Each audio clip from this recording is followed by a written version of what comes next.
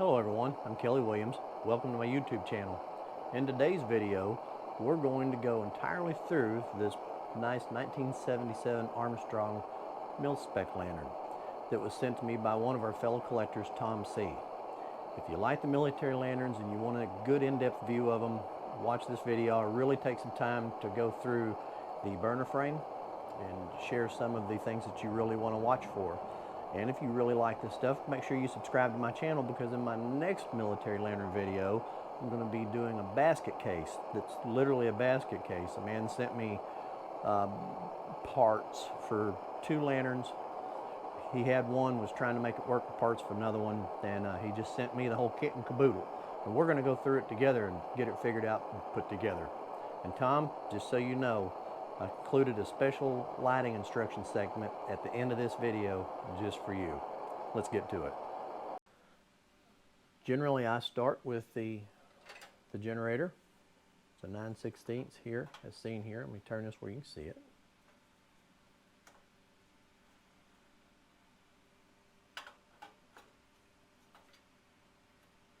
Yeah, see how the old generator seat turned? Somebody's likely been into this lantern before. Very likely, because it shouldn't turn. It should have been threaded into the valve assembly enough where it wouldn't turn. And you have a standard mil-spec gen. It's got some crud on it. Throw it over here in the parts tub. Now, if you'll notice the orientation of the base rest, this was the first indication to me that it's possibly been taken apart before. This, on this year, will generally line up with the valve stem. And another question I get asked frequently about these base rest are the slot that's in the bottom, and I'll cover that in a minute. The next thing you do is you loosen this wing nut.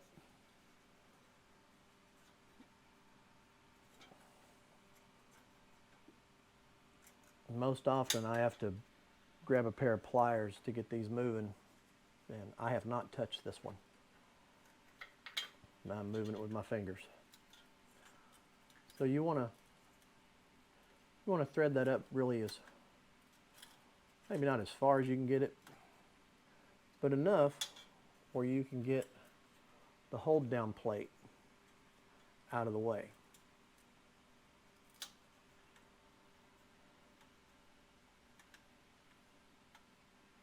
I'm going to get it all the way up there so you can see this in the video real well.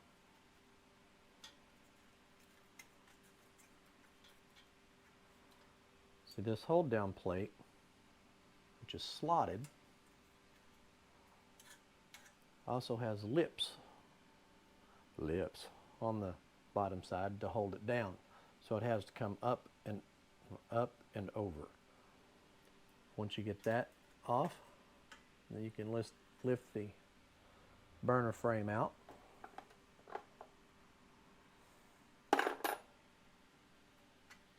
Then you can walk the burner cage off like so.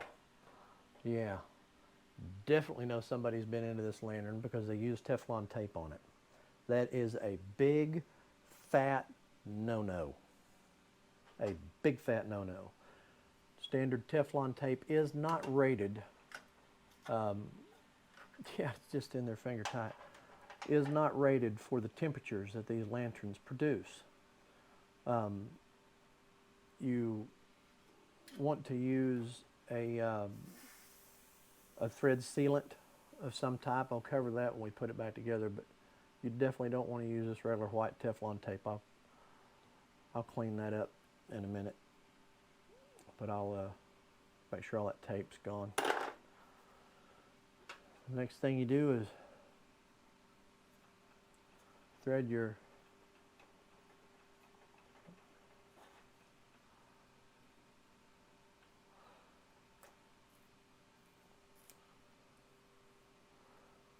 valve wheel disc, valve wheel and disc screw out. Set that in the parts bucket. Unthread the cap.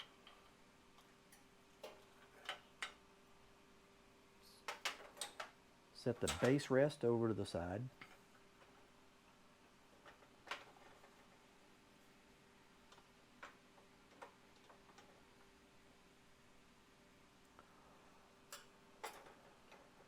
Let me turn this where you can see it better.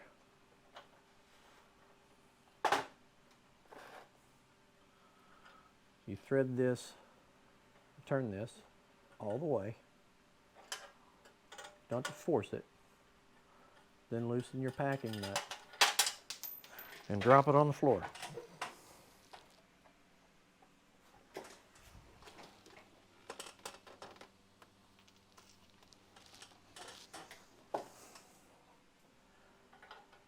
Now you'll usually have to crack that pretty good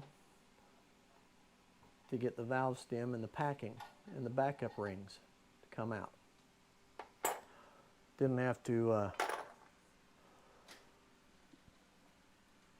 turn that one very hard, and I'm going to guess this, well, somebody actually put it in there with a little bit of force. And the next thing to come out is the valve assembly.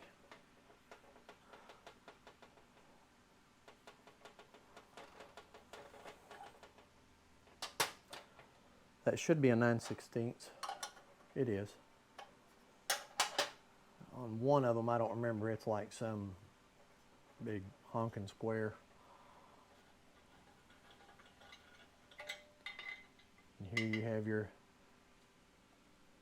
pickup tube assembly and your valve body and more Teflon tape. Take a 3/8 wrench, pop your pickup loose, remove your metering rod and your spring. This component is 4 pieces. You have your top nut in my left hand, bottom nut in my right hand. This is your outside tube. The 3/8 on the top and a 5/16 on the bottom. And break loose whichever one will come loose. Might be the top nut, might be the bottom nut, it might be the outside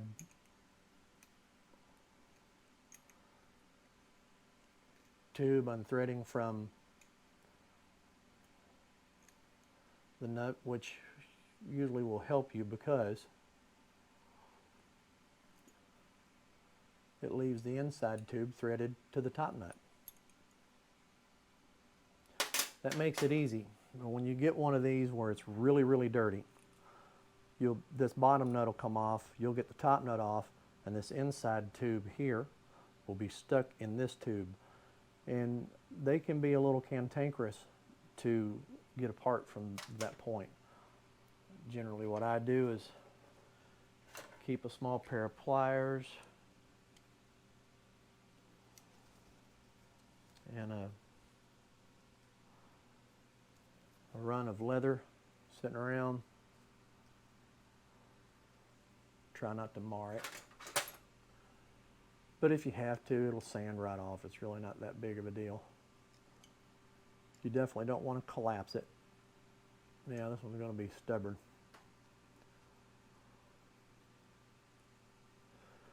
But you do want to get a pretty good grip on it. You don't want to collapse it. And there you go.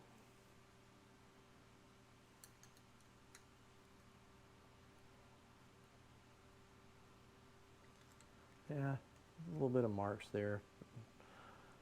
Nothing sandpaper won't take care of. You want to make certain that your inside diameter of that is good and clean.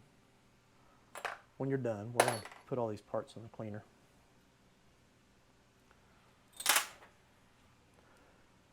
Now you take your top nut and your inside tube, your small pliers,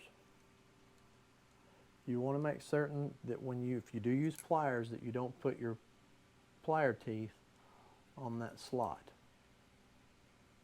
Usually doesn't take much to get this started.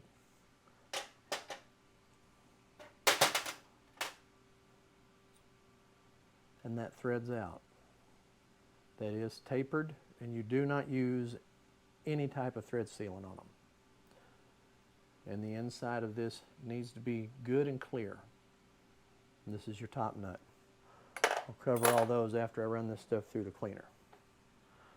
Next thing I'm going to do is remove the pump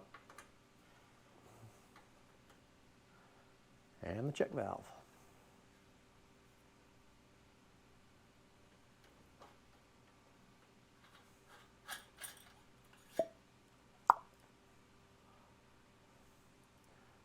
You'd have thought I would loosen that first. Got some gum on it.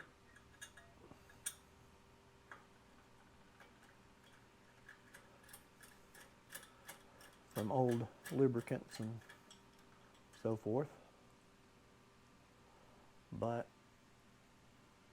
I think it's probably, that pump leather's probably in pretty good shape. I am going to go ahead and remove the check valve in this, and I'm going to use my Mike Wills removal tool because I know that's what a lot of people have.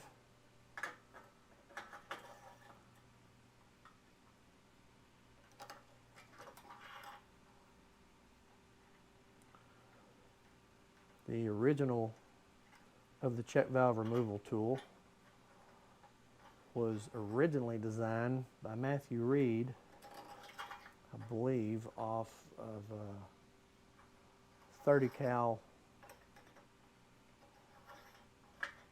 gun cleaning kit. You know what? I didn't bring the correct rod over here for that. Oh well.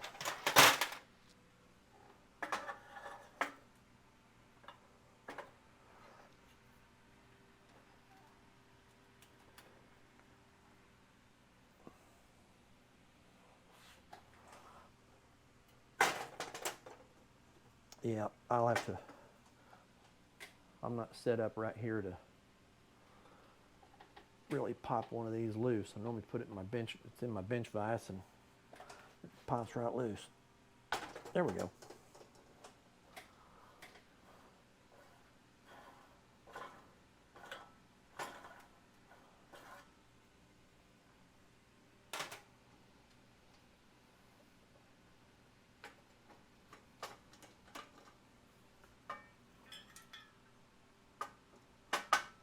And there's the check valve. And I don't know if you can hear it, but the check ball is free. One thing I'll generally do at this stage, one is you take the font, which has fuel in it, you set it to a safe distance. I'll put it over here on the floor.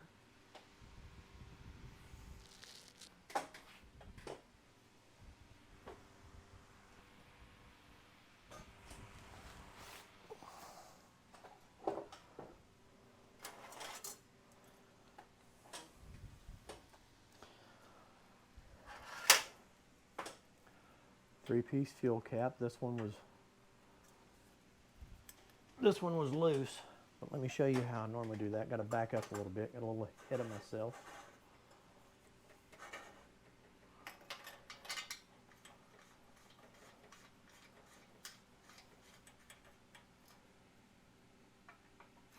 Tighten it down, pop the screw loose. If it doesn't want to come loose, you have to keep tightening. I've had some of them be a real bear. I think someone's probably already tried this or used channel locks trying to get it to seal. As you see, some of the paint's missing.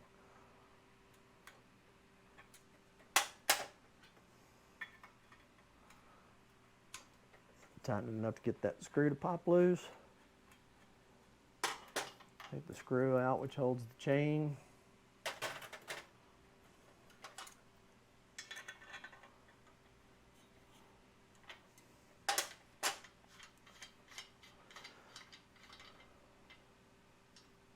There's your insert, your top piece.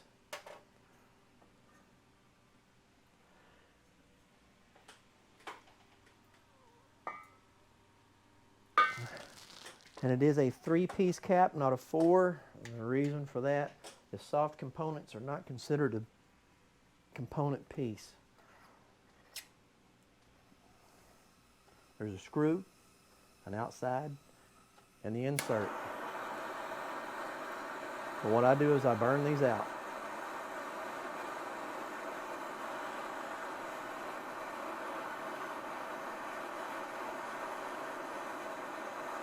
Where you see it red all the way around pretty much.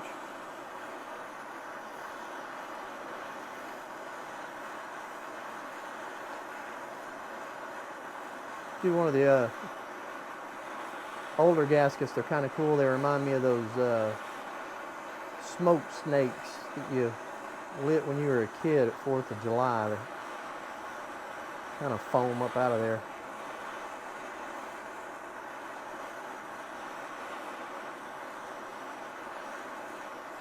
Yeah, that's good and crispy.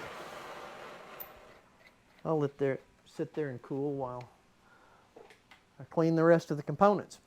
And when they're clean, I'll be back.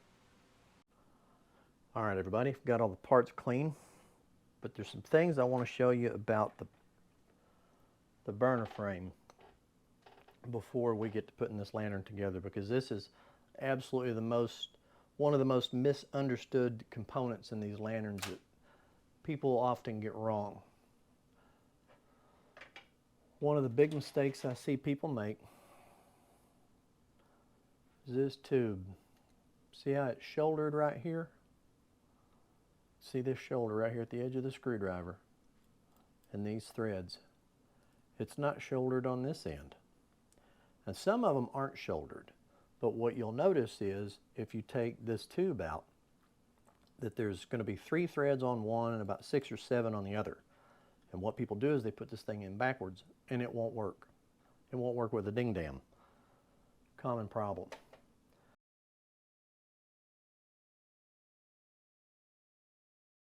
The components of these, it should have a plug in one side.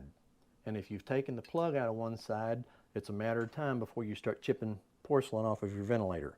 It will happen. It's not if, it's when, because it will happen. Your air goes up one side of this burner frame and it enters this mixing chamber in here. And this mixing chamber is a venturi. The tube up here is capped. The tube right here is not. And I'm trying to get the right angle on it here. I'll have to turn it over. Those tubes are not the same length into the mixing chamber. They designed it that way on purpose. There, you can see that now. See, that tube sticks out a little bit on this side. That's the side with the cap in it. It's not sticking out of the other side. That's the side without the cap. Now you see this round hole in the middle? Where you can see that's where the tip of the generator goes. That's where it forms a venturi. Now to demonstrate the natural flow of this thing, I have my smoke machine that I use for diagnosing vacuum leaks in automotive vehicles.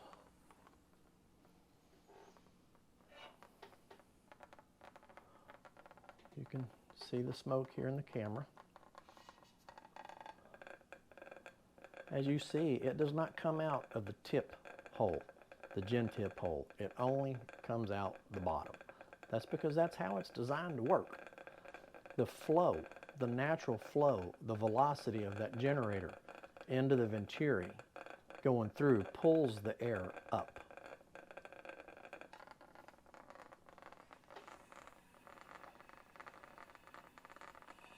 I don't have a tip here. It's going straight through. There's none coming out of that airframe.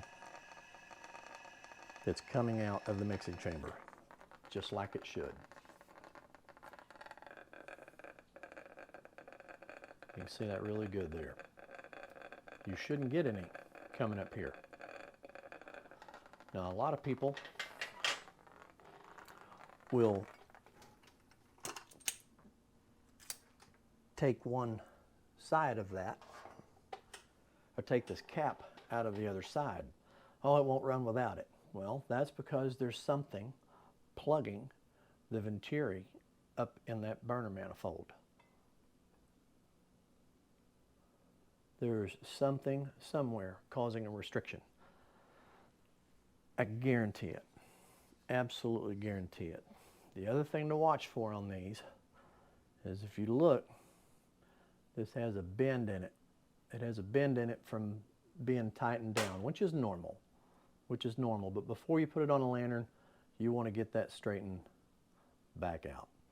Okay, I'm going to pause the video again because I need to reset my lights and stuff so we can get this thing put back together. All right, moving along. I'm going to take this old crusty cap gasket out with a 90-degree pick. Then I'll normally go around and make sure I get the shoulders of the inside and the outside diameter really good.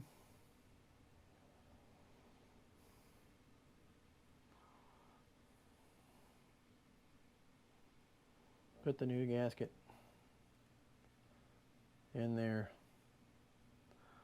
Bada bing. So the cap gasket's done.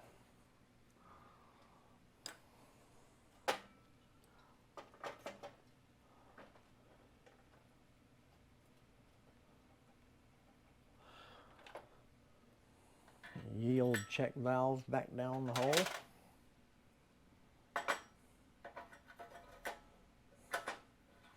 No, there's no thread sealant that goes on the check valve. None. This needs to be good and tight.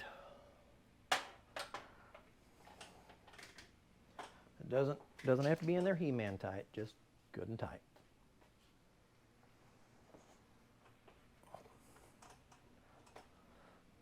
Next thing we're going to do is put the pump stem in. Y'all seen pumps, I don't need to. Sure, I don't need to zoom in on all that. Pretty well straightforward.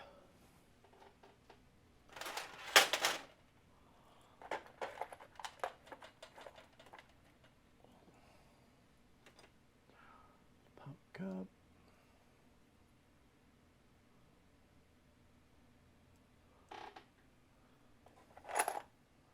Uh-oh. All right, well, I'll have to come back to that because I apparently left that nut in the cleaner. Oops. Not a big deal.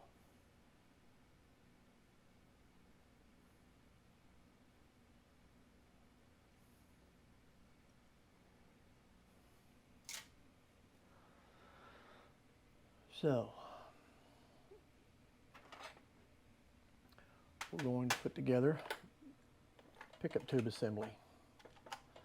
Now, as I've mentioned many times, the inside diameter of the inside tube absolutely positively must be clear.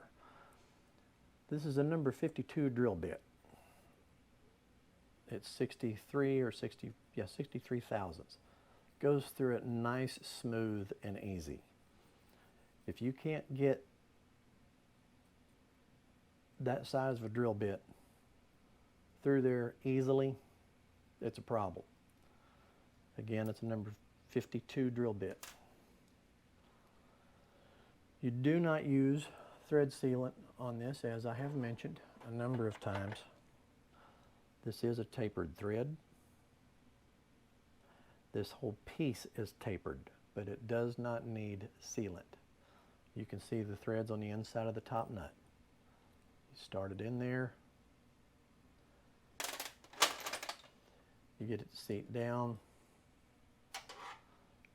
Get your socket wrench, your pliers. You just want to get it a little snug.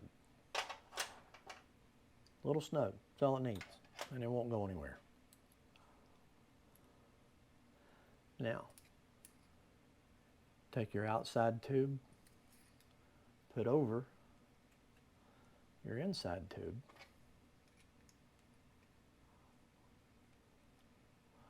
And you generally want to get this threaded on all the way before you put that bottom nut on.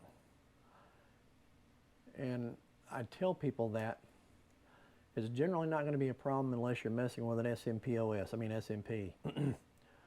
SMP is the ones that got me in the habit of always checking that, because if you look down in this bore, you'll see the inside tube. It's way up in there, right? I've seen SMPs where they're just damn near down here to the bottom. And if that's the case, then there's no area for the air to come between these two tubes and get around the inside surface, because they'll almost bottom out in this bottom cap and then go up the center, because you see your air comes in this hole, and this hole comes down the outside tube, picks up the fuel coming in by the metering rod, goes up the center, then up to your valve. So if it's bottomed out down there, you can't pick any fuel up. And of course, that's why I call them SMPOS. Anyway, bottom nut, I gave it a cinch. It does not have to be He-Man type. It's not going to fall out of there. Like always, you want to take your metering rod spring, give it, a little ring, maybe 2 rings.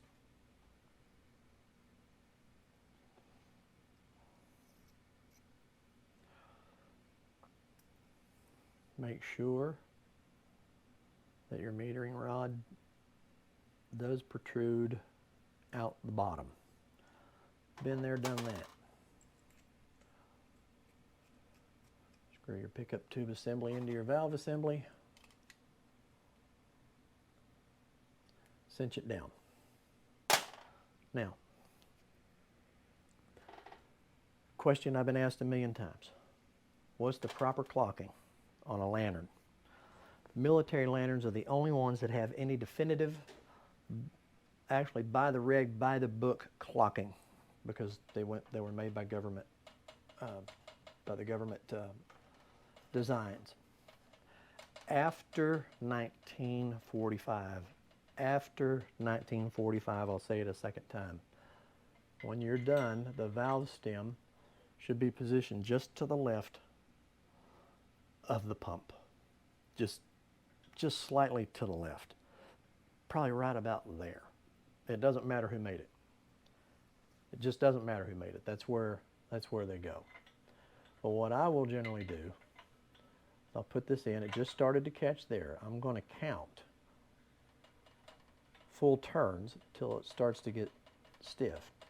3, 4, 5. All right, coming up on the 6th one, it's starting to get stiff. So that means after I go around, I put some thread sealant on, go around to that 6th time, I need to get it lined up and stop. You don't want to force it. You don't need to force it, especially if you're using thread sealant. You do not, absolutely positively do not use white Teflon tape. Yes, yellow Teflon tape is rated for it. I do not recommend it. It's not gonna, it has the chance of pulling out of the threads. It's just not what I recommend. You want to use Indian head, you want to use some blue Loctite, you want to use something that's going to get into all of the threads. Because NPT threads are not a positive stop sealing system.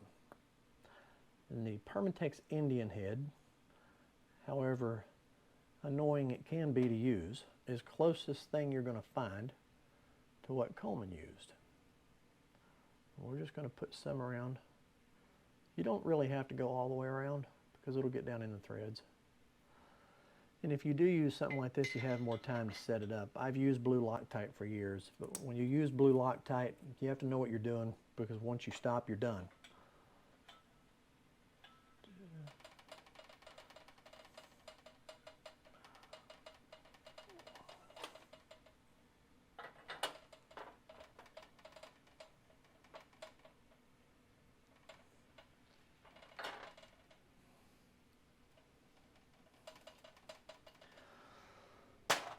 And once that sets up, it'll be there, ready on the move. Go ahead and put our base rest on.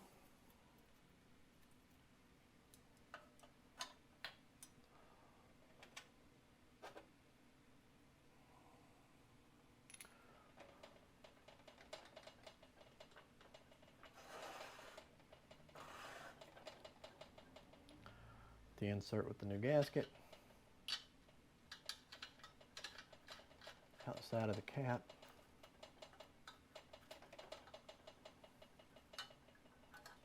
Make sure you have it right side up.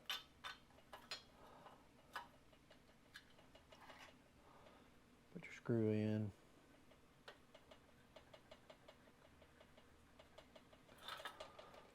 Tighten the outside down just a little bit to grip it so you can make sure that screw's tight. Now, I've learned over the years, you want to back off that cap for right now.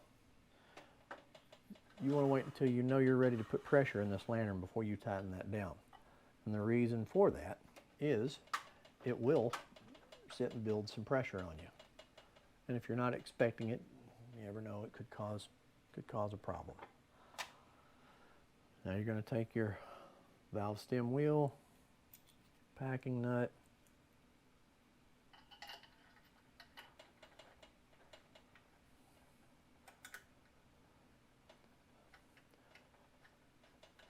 get the valve stem threaded in by hand, the packing nut up on there. Now, how you want to set this.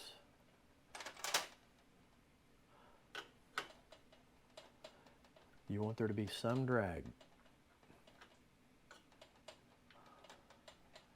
Shouldn't need a pair of pliers to turn it, but it shouldn't turn freely either.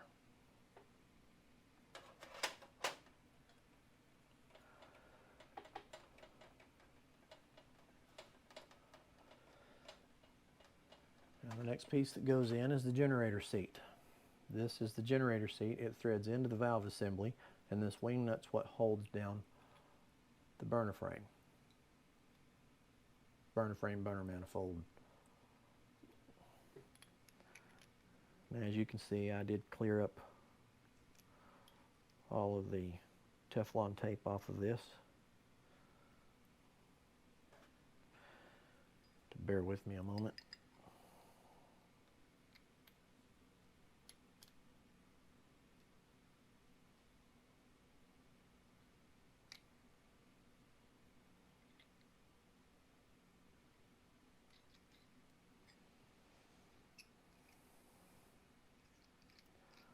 For some reason it wasn't wanting to start in there. Wanting to be a pain. There we go.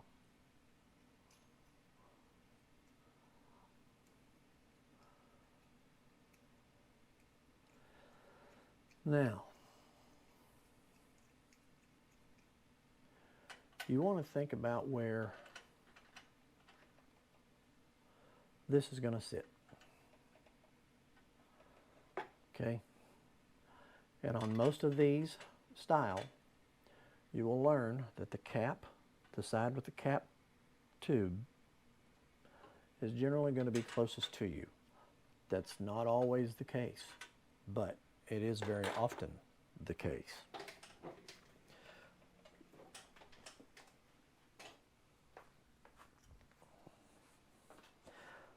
So what you need to think about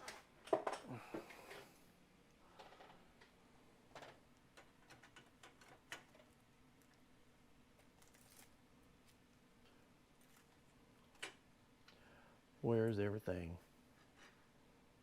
going to line up? Okay. Now, if you'll notice, when we took this apart,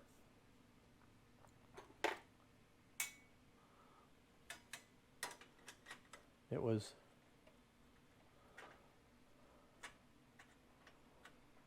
lined up. Now, it's just more personal preference than it is anything else. There was really no standard on that. There's a way that each manufacturer generally put them together, but I can almost tell every time just by where the bail sits of whether it's basically where it should be. And not all of these are exactly the same. Armstrong, I believe Armstrong's orientation is off by just a little bit. But you want to set your burner frame in here. And the reason for that is you need to know a very important dimension. And it is where and how that generator wants to rest. We'll have to see how that generator is sitting on its seat. It's not stressed. It could go down a little bit more, and the reason for that is the tip of the generator is barely into the venturi. And it will go in further once we put thread sealant on that and tighten it down, which I'm going to do next.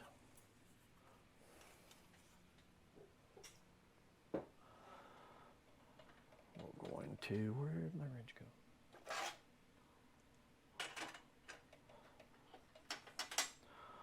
Need to get a 1/2-inch wrench. Actually, some of these 13mm fits it better.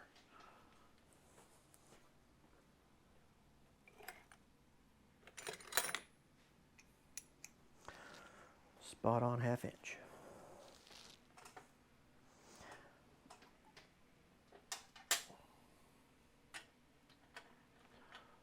We're going to count 1, 2. Well, it didn't go many, did it?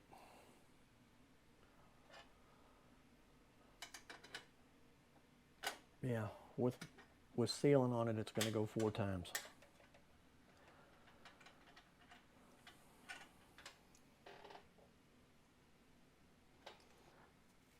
I didn't count it before I took it out, but I think it was only 3. Now this is a critical one to be careful where you get your thread sealant, because you don't want to get any up in the middle.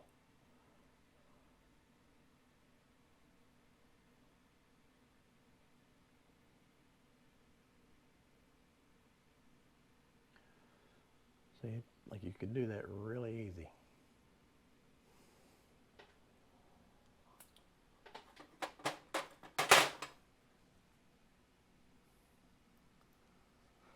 Yes, I did just remove that little bit that was hanging over the bottom.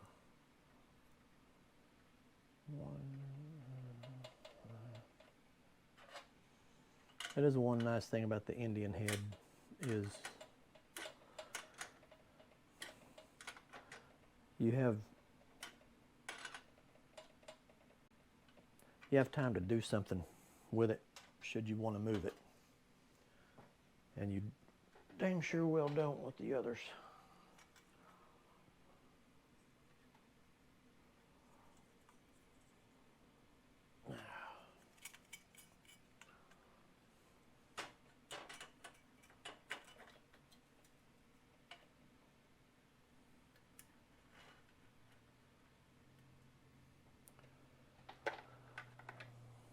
Now this hold down bar had a little bit of a bend in it. I bent it back. It's very, very common.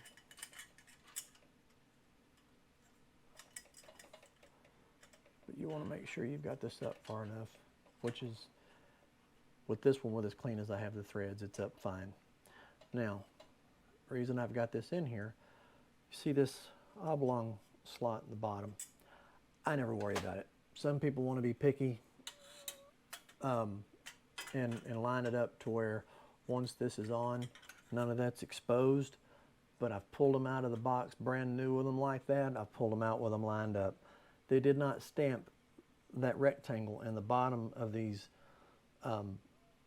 burner frames, burner cages, in the same orientation across all the manufacturers. They're just not the same. So you're not going to get every single one you do uniform, because they didn't make them that uniform. You can get close, but not all the way. Now as you're tightening this down, make sure you look at the space on your valve stem. Make sure it's even. Make sure it's sitting in all the way around. Make sure it's seated, there we go, on the ridge of the font where it should be. Now, looking at this, I want to go, and I hate having to use a wrench backwards, but sometimes.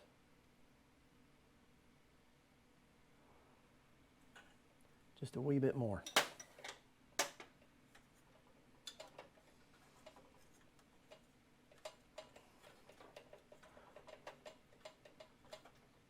I'm going to finish tightening that down.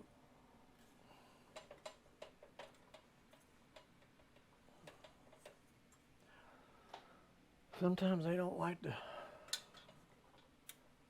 be straight after you've had them apart. See how that just loosened up? You've often got to get this stuff shifted around more than once to get it tight. And that's another reason I don't like lining this up with that box on the bottom of the pan, is you have more rigidity going across it than you do trying to line it up together. Now this is the generator that came out of this lantern, but anytime you have the generator out of a military lantern, you should always prick the tip, always. Just because it's smart to do it. You take your little tip pricker. That hole's there.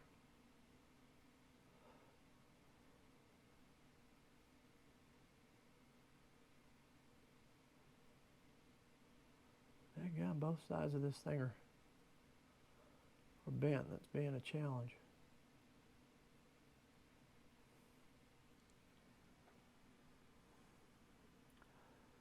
Yeah, I've bent this one back 2 or 3 times. I'll probably just grab my other one on the bench and do this. Yeah.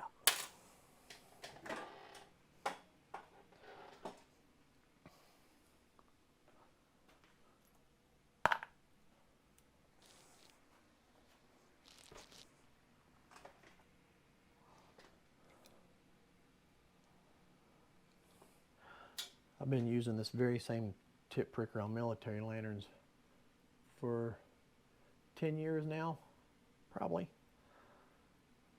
And I still have one side of it left. There you go. Tip successfully pricked.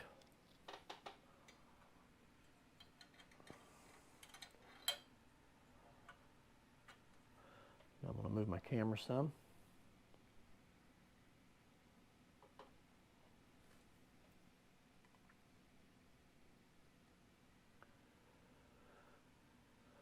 I'm looking at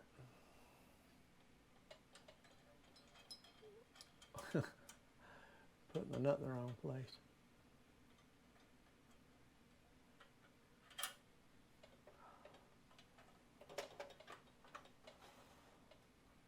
I'm looking at the neck, the upper neck, versus where the flare is going to sit even on the gin seat. And that looks good to me. You don't want it all the way up to this neck, and you don't want to see that much of this much of the generator sticking out, which you do see sometimes. Now I inspected this gin seat when I had it out, and it does have a nick in it right there, but it's not bad enough that I think it's going to cause a problem. So I hit it with some, I don't remember, emery cloth, what grit, and then we'll be fine. And I'm holding the top of the generator with my thumb here and cinching down that nut just to keep the generator straight is all. The next thing we're going to do is burn in a mantle. And I'll have to pause the video and go dig the nut for that pump out of my ultrasonic cleaner. Now there's a lot of different, you'll hear a lot of different people, a lot of different theories and ways of lighting a mantle. You follow the Coleman guide, or the way that their instructions. Oh, I forgot to put the tube back in it. That wouldn't have been good, would it?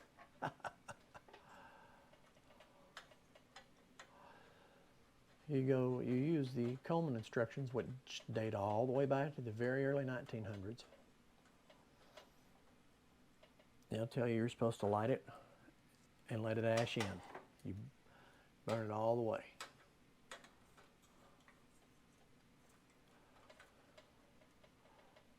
Give that a snug. There we go.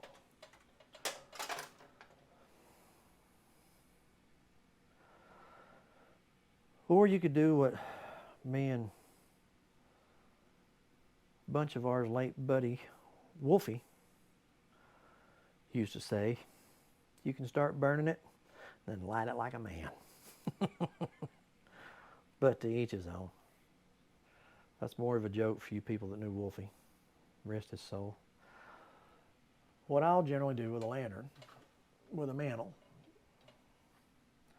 is I'll tie the first knot in it.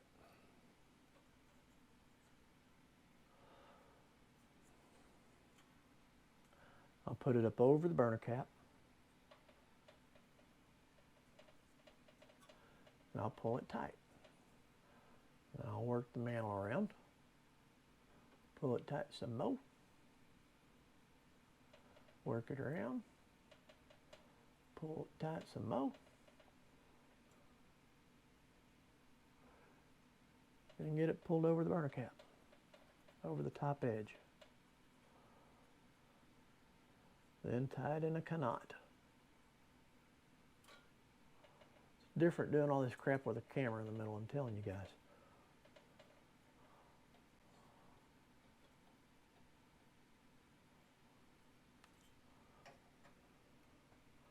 Now my cinema photography has not been, or whatever you call it, has not been the greatest in the world, but I'm getting better.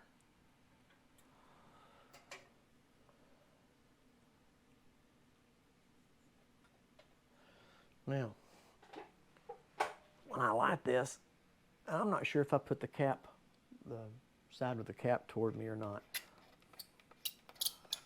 You'll see that smoke from that mantle. Well, I got a fan on behind me.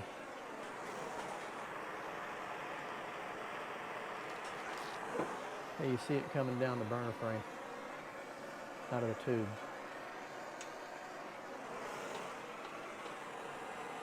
See it really good there.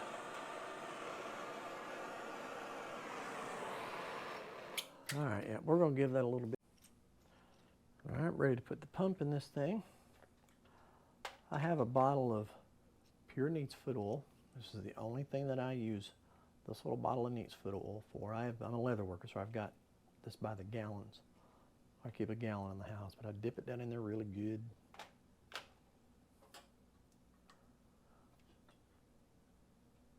I already flared the leather. I've already dipped this once. I dipped it when I took it out.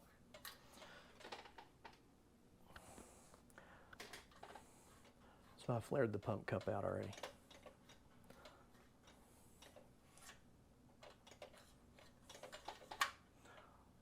Make sure that it seals. Yep. Now we're going to tighten our cap. Now, we're back to the myth. These are not low pressure lanterns. I'm going to say it again. These are not low pressure lanterns. They were not designed to be low pressure lanterns. That's people that do not know what they're talking about. Now, I understand they can be easier to light on low pressure. And I can explain why that is, but they were not designed that way. So, I don't care how many times I'm going to pump it up here. Bunch. Way over 6, 7, 8, or 9. Pump's getting stiff. We're going to lock that down.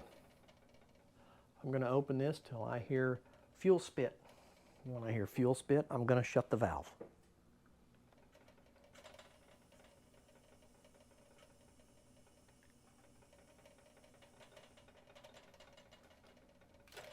There's something here that's driving me nuts with rattling. It's got to go.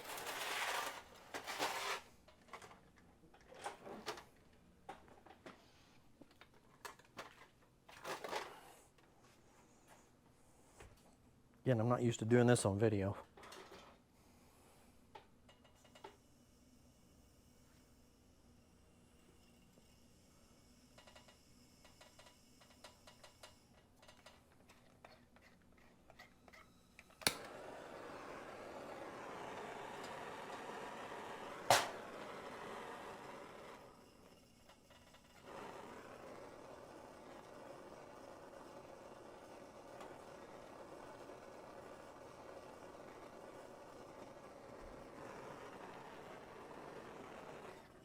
She's spitting.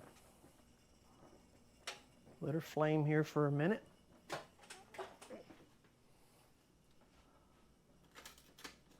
Had this man send me this lantern without glass because I think everybody knows I've got plenty. Or a vent. So I'm taking one off of another lantern.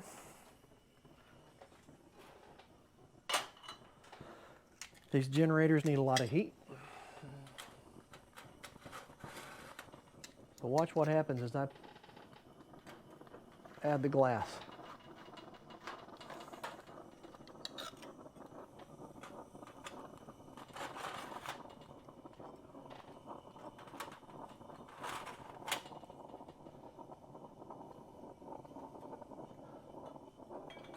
Put a ventilator on it.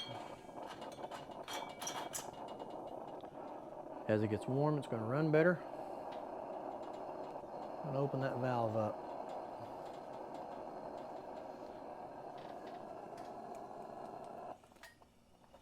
Not warm all the way.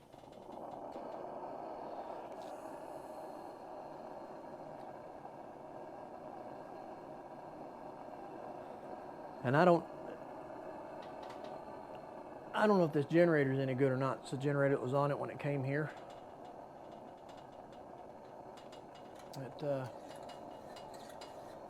It looks like we may need a... No, I don't need a generator. I didn't have it. We could be running the old out of the generator too, you know. Lord knows how long this lantern sat around without burning.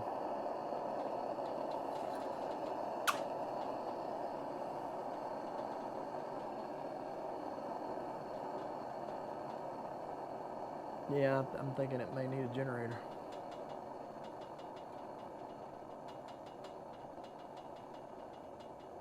Yep.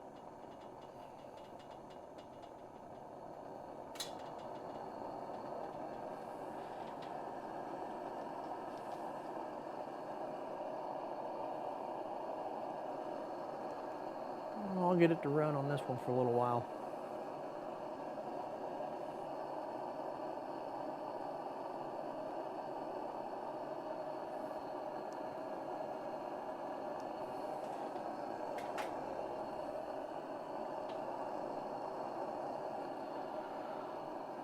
Oh, it could have just been burning the old out of that generator.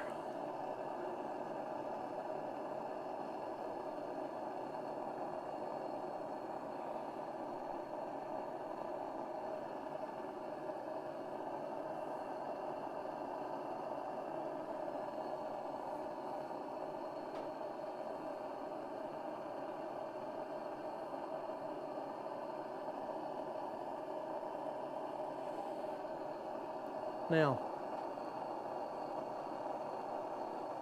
let's see what it does when it shuts off. And the reason that's important is it'll tell you a lot about the internal workings of the lantern. They'll generally slurp when they shut down. And if you think about it for a little bit, it makes sense. It's not pulling anything from the font, it's pulling it out of the generator.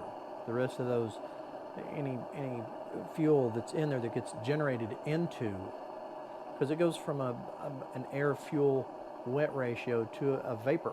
That's your generation. That's what a generator does. So as you're getting those last bits to form into vapor, you'll get that. You'll hear it in a second, maybe. I'm not the best at sound effects, sorry.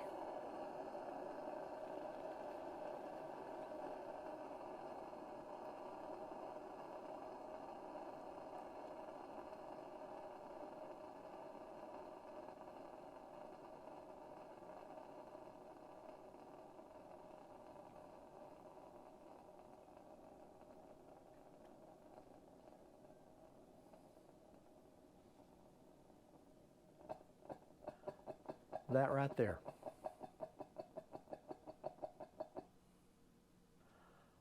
I'd say there's probably nothing wrong with that generator. It just hasn't been run in a long time. It was a little finicky to get started. Otherwise, nothing wrong with it. Want to light it one more time. I'm going to let it sit and get cold. Totally cool down. And then light it again from a dead cold. My candle lighter went out, so I've got some long matches.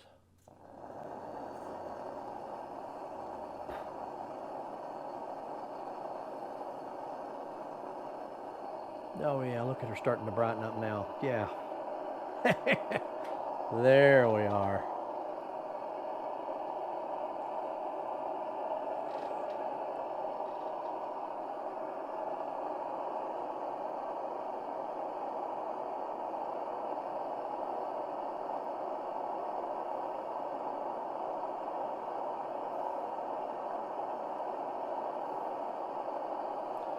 Now she's screaming. Let's get the microphone over here.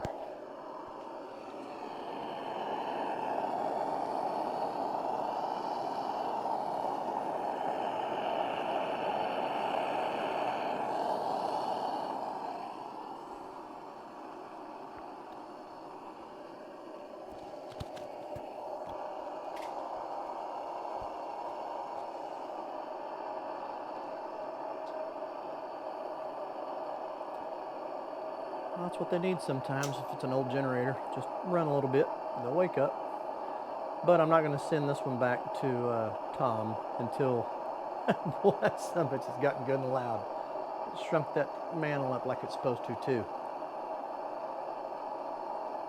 Well, I'll let this cool down. Start it from a dead cold. And I'll video that. And then we'll get some good pictures. Lantern's pumped up. I pumped it enough that it's stiff. These are not low pressure lanterns. I can't say that enough. That is an absolute myth. It is not correct. They just were not designed to be low pressure lanterns. They never have been low pressure lanterns. Period.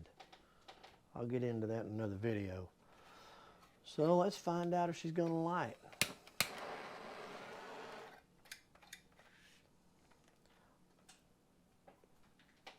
Let's see. Is it going to light? No, you have to see my next video. Just kidding, I wouldn't do that to you.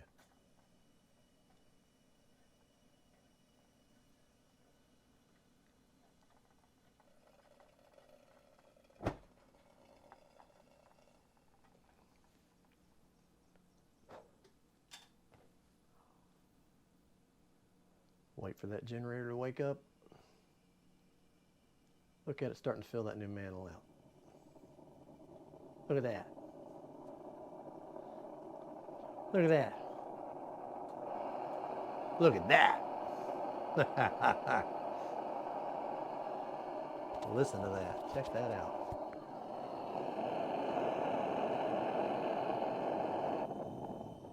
Nah, I didn't let it warm up long enough.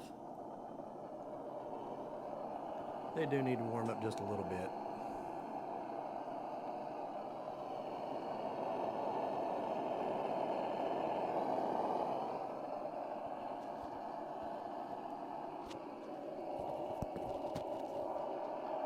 Heck yeah, man.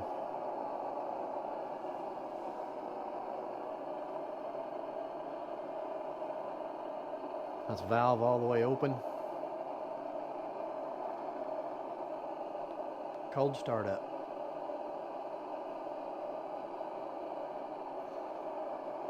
Full pressure.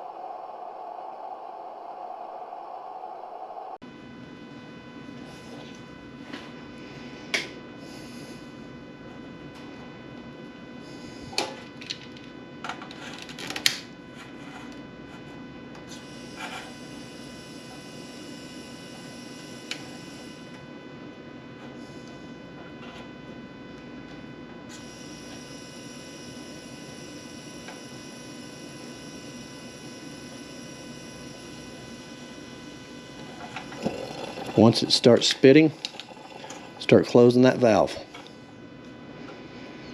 You may have to crack it open just a little bit, give it a little bit more fuel.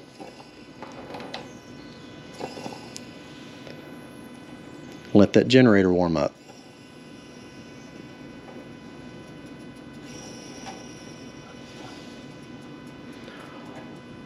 Once that generator is warm, open that valve. About a full turn, give it a minute.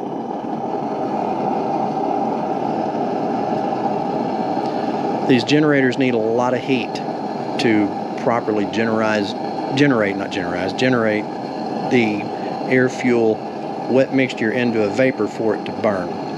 So letting it warm up allows that the back of that generator to heat up and up at the what I call the shepherd's hook to get good and hot. Once it's run for a minute or so, open that valve all the way up. If it starts to flame out on you a little bit when you get it open, like that, close it back down. Let it warm up just a little bit longer.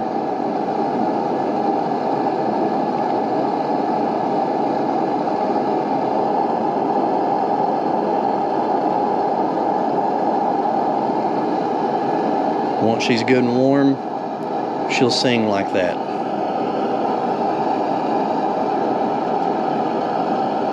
Hope you enjoy your lantern.